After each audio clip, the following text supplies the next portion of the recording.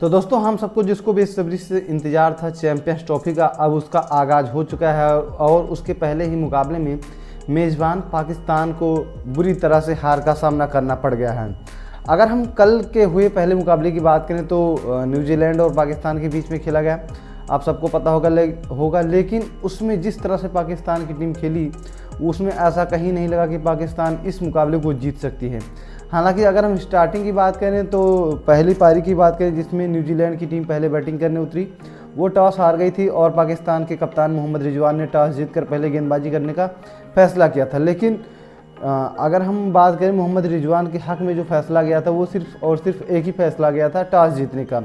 उसके अलावा उनके पक्ष में कोई भी फैसला कल नहीं गया, या फिर ऐसा कह लें कि उनकी ख़राब कप्तानी के कारण फैसला उनके हक़ में नहीं गया।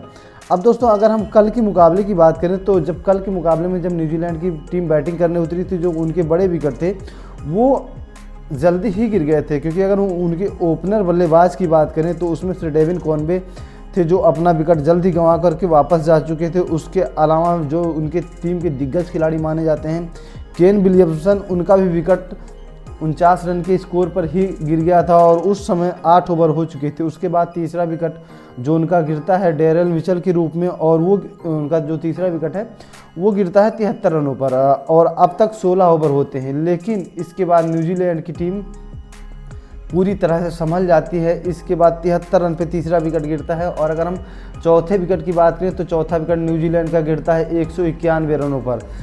अब न्यूजीलैंड की टीम यहाँ तक काफ़ी ज़्यादा मजबूत हो गई थी। यहाँ पर टॉम लॉथम जो उनके टीम के खिलाड़ी दिग्गज खिलाड़ी हैं और उसके अलावा जो उनके ओपनर युवा बल्लेबाज हैं विलियंग, इन दोनों ने मिलकर के अपनी टीम को संभाल लिया था। तो ऐसे में दोस्तों इन दोनों की जो पार्टनरशिप थी इसके लगने के बाद न्यूजीलैंड की टीम काफ़ी मजबूत हो गई थी। उसके बाद बिलियंग के आउट होने के बाद ग्लेन फिलिप्स आए थे, उन्होंने भी काफ़ी तेज़ तर्रार पारी खेली और अपनी टीम को 300 प्लस स्कोर के लक्ष्य तक ले गए, जहां तक पाकिस्तान पहुंच ही नहीं पाई। और अगर बात करें तो जो न्यूजीलैंड की टीम थी उसको स्टार्टिंग में ऐसा नहीं लग रहा था कि वो टीम 300 प्लस स्कोर कर पाएगी। जिस तरह से उनके जो विकेट गिर गए थे, 3 विकेट गिर गए थे स्टार्टिंग में, तो ऐसे में कहीं से नहीं लग रहा था कि जो न्यूजीलैंड की टीम हो 300 प्लस का स्कोर कर पाएगी। लेकिन वो वहां तक अपनी काबिलियत के दम पर पहुंचे और ना सिर्फ पहुंचे बल्कि इस मुकाबले को 60 रन के बड़े अंतर से अपने नाम भी किया।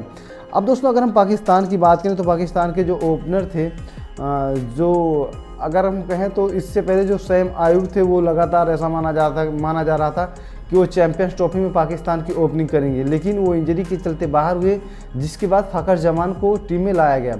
अब फ़खर जमान पहले ही ओवर में न्यूजीलैंड जब बैटिंग कर रही थी तो बाउंड्री लाइन पर वो गेंद को क्षेत्र रक्षण में जब बचाने के चक्कर में खुद इंजर्ड हो जाते हैं और वो ओपनर बल्लेबाज हैं, लेकिन वो इंजरी के चलते ओपनिंग करने नहीं आते हैं, तीसरे नंबर पर आते हैं और वो यहाँ पर फ्लॉप साबित होते हैं। वहीं साउथ शकील जो ओपनिंग करने आते हैं बाबर आजम के साथ, वो भी कुछ खास नहीं करते, 19 गेंद खेलते हैं और मात्र 6 रन बनाते हैं। वहीं पाकिस्तान के दिग्गज खिलाड़ी बाबर आजम जो माने जाते हैं वो भी कुछ नहीं, उन्होंने अपना हाफ सेंचुरी लगाई, लेकिन वो यहाँ तक हाफ सेंचुरी लगाते लगाते बहुत सारी गेंद उन्होंने खेल दी। अगर हम बाबर आजम की बात करें तो उन्होंने 90 गेंद खेल करके मात्र 64 रन बनाए थे। वहीं उनके जो कप्तान थे मोहम्मद रिजवान, वो मात्र 3 रन बना करके आउट हो जाते हैं। इसके बाद सलमान आगा आते हैं, वो ज़रूर अच्छा प्रदर्शन करते हैं, लेकिन उनकी जो बैटिंग हो ज़्यादा देर तक नहीं चलती, वो 28 गेंदों पर 42 रन बना करके आउट हो जाते हैं। इसी तरह से उनके जो खिलाड़ी थे वो आते हैं और बड़ा चौके या छक्के मारने के चक्कर में अपना विकेट गंवा देते हैं। वहीं जो उनके दिग्गज खिलाड़ी माने जाते हैं बाबर आजम, वो टिके रहते हैं और सिंगल डबल करते रहते हैं। कहीं 2 गेंद खेलकर 1 रन ले लिया, 3 गेंद खेलकर 1 रन ले लिया, तो ऐसे वो क्रीज पर खड़े तो रहते हैं लेकिन वो कुछ कर नहीं पा रहे थे। इसके बाद आते हैं उनके खुशदिल शाह, जिन्होंने एक ताबड़तोड़ पारी खेली, लेकिन उनकी पारी से पाकिस्तान को कोई भी फ़ायदा नहीं हुआ।